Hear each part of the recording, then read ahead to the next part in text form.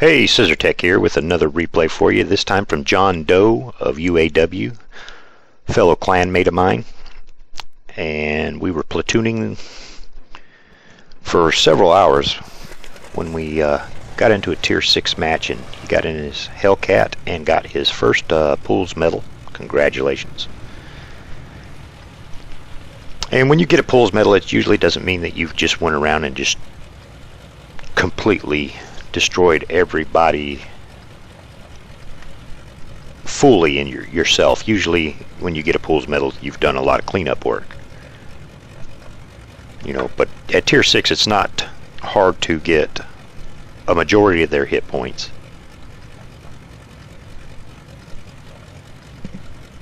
However, he really shows how to do it in this Hellcat.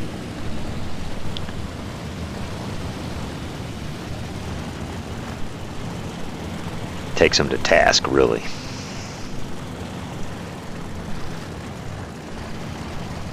But yeah, the Hellcat, I've had this tank. I've sold it, and after they had nerfed it, didn't really like what they done to it. Pretty much rage sold it. I did the same thing to my E75 when they nerfed and took the top engine away from it. But he's going to go over here to this spot that I like to post up on this side. I really don't like starting on this side of the map. I'd prefer the other side. It's just more doable. This area right over here is just a death trap coming from that side of the map, though. And because of this spot right here. And there's his first kill.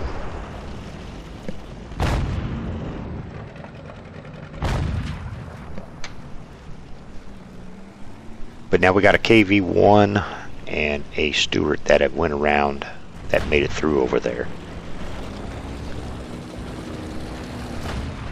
And John's going to go over here and take a look at this guy and see if he can't take him out of the game, which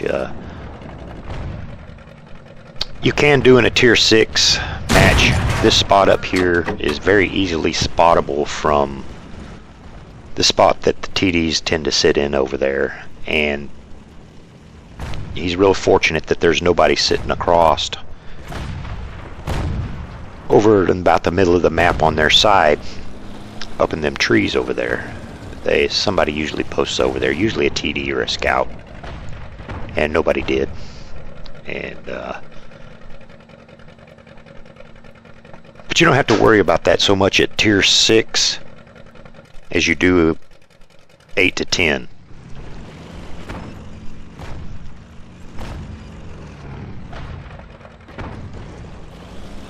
From 8 to 10, they have enough spotting, especially with Nox, to see you on that point over there, and you can usually get hit from that one ridge across the way and that plateau they got over there by their cap. But he takes out that one guy that was a one-shot.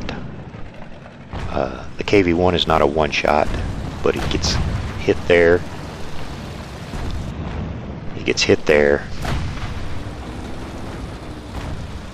Gets hit there, and now he's a one-shot.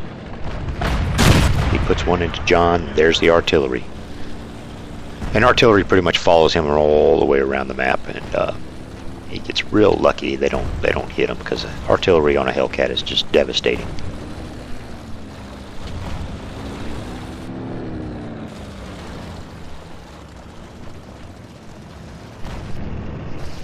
He's going to try and get over here and re-stealth and wait for the wave of tanks that are probably coming from the other direction. And we're down a lot of tanks. It's not too bad off separated, but when they got 3 artillery in play, the less and less tanks that you got, the less that they have to shoot at. So it's real paramount that you keep hid, keep moving, don't sit in one spot too long.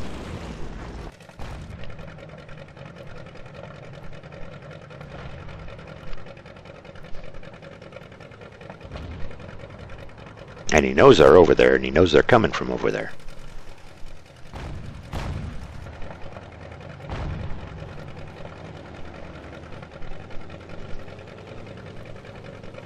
His camo net's up and his binocs are out.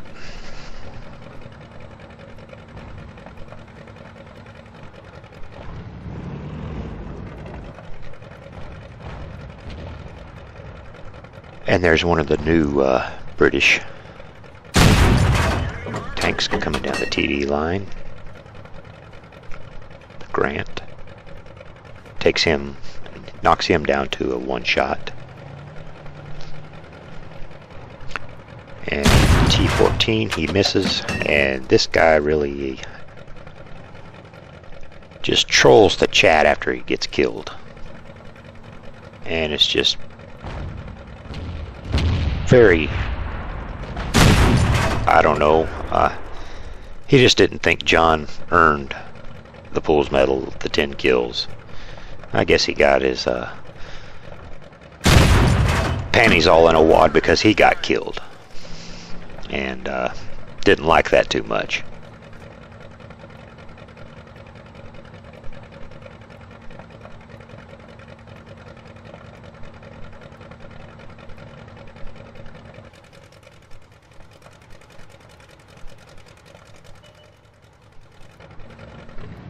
And look what we have here.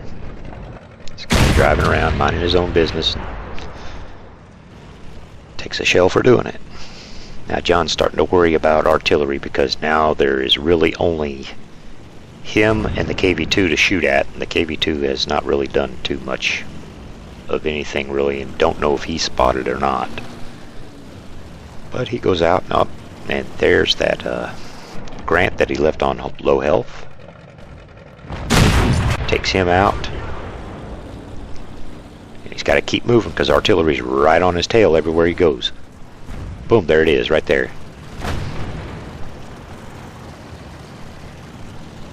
And I don't think he got hit by artillery throughout this whole game until the end. But now he's going to keep moving.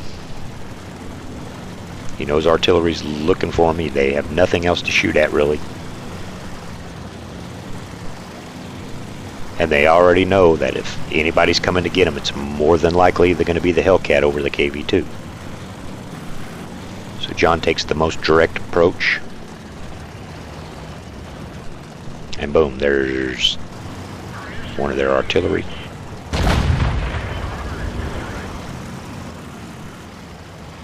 Takes him out. He's got to keep moving. Their other artillery are looking at him.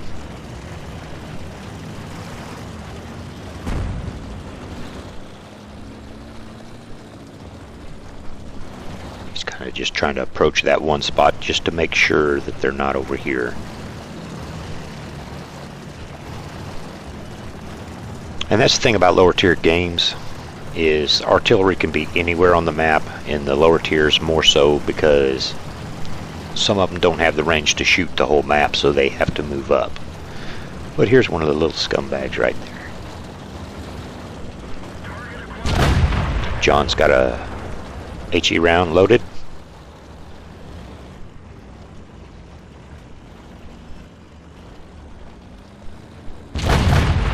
And he gets a low roll on him. And that right there is why I do not use HE anymore to take out artillery, because it's just not dependable enough.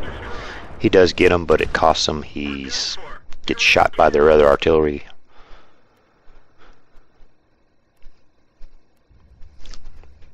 And very unfortunate that it went that way, that he was, got tracked by the already coming down and ramming into him. That is, HE round didn't get full penetration and take him out. Now it's all up to this guy, the KV-2. And his commander's dead, his gunner's dead, and he's got very minimal hit points left. Artie can just hit anywhere around him and he's a goner.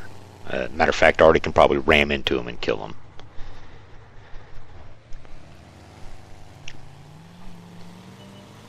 But me and John begin to start prodding him and trying to get him to get over there and at least spot for our artillery or take their artillery out. And it takes some coaxing to get them moving the right direction.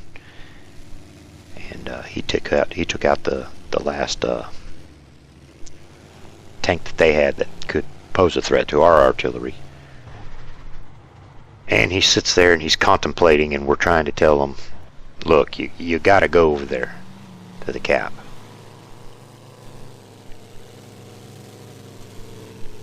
So he starts to head that direction, and we're kind of happy. And then he turns to his right, and he turns a little bit more to his right,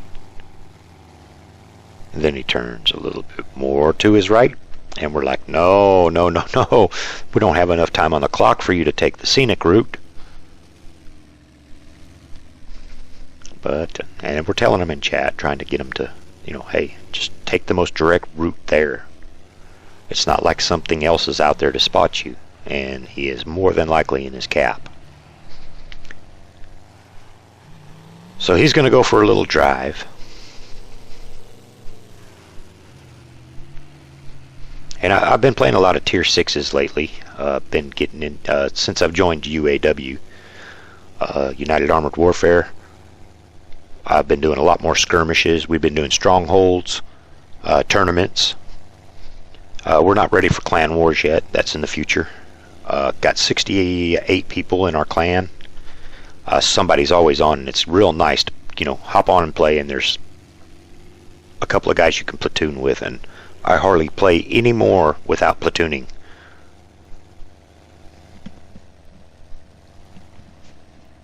It's just so much better if you got two guys on your team that that's got your back. There's some cohesion. You're using TeamSpeak and you're talking with each other and giving people information. Even after you die, you can still give people information and let them know what's going on. And it just helps out a whole lot. It makes the pub matches more palatable. Yeah, you're liable to get in with any kind of team, and if you're just by yourself, well, you're just by yourself. Sometimes, every once in a while, you'll get in a pub match where people kind of mesh together and work together and do real well without communication. But if you got clanmates that you can platoon up with, or even friends as far as that goes, that are not clanmates, it's so much better stuff. And another thing I like about skirmishes and tournaments is there's hardly ever any arty, which is a blessing for me. I can't stand arty. Seems like every time I get, about 75% of the times when I get killed, it's because either arty killed me or they took 75% of my hit points away and left me with a tank that just cannot finish the job. Although I do pretty well with 10% of my health most of the time. It's usually where I have my best games, is when I've only got 10% of my health left. Then I guess I just get a little bit more cautious, or I just try to pull the game back a little bit more. But he's about ready to spot Artie here, and they're going to spot each other. And like I said, his commander's dead area. He'd probably already spotted this guy. He already fires. He fires. They both miss. Now it's just a reload race, and he should have stopped right there instead of letting this Artie get around the cover that's there. And who's going to win the reload race? That's right, Artie. And then we're praying for shells from our artillery to fall in about right now. That just never come. And we're just basically flabbergasted. We cannot believe that just happened. We can't erase it from memory. Can't make it go away.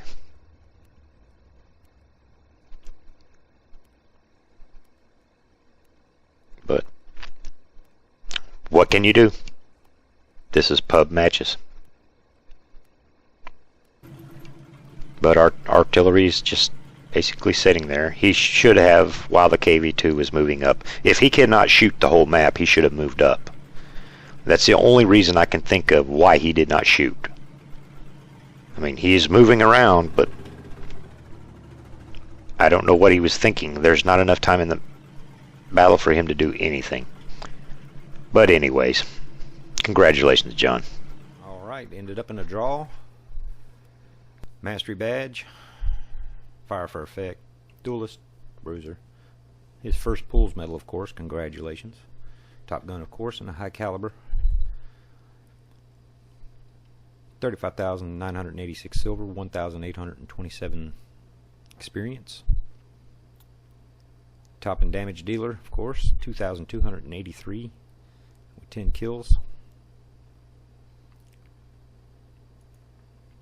Fired 16 shots, 15 pins, or hits, and 15 penetrations. Very good. Too bad it ended in a draw, but hey, what can you do? But very good game.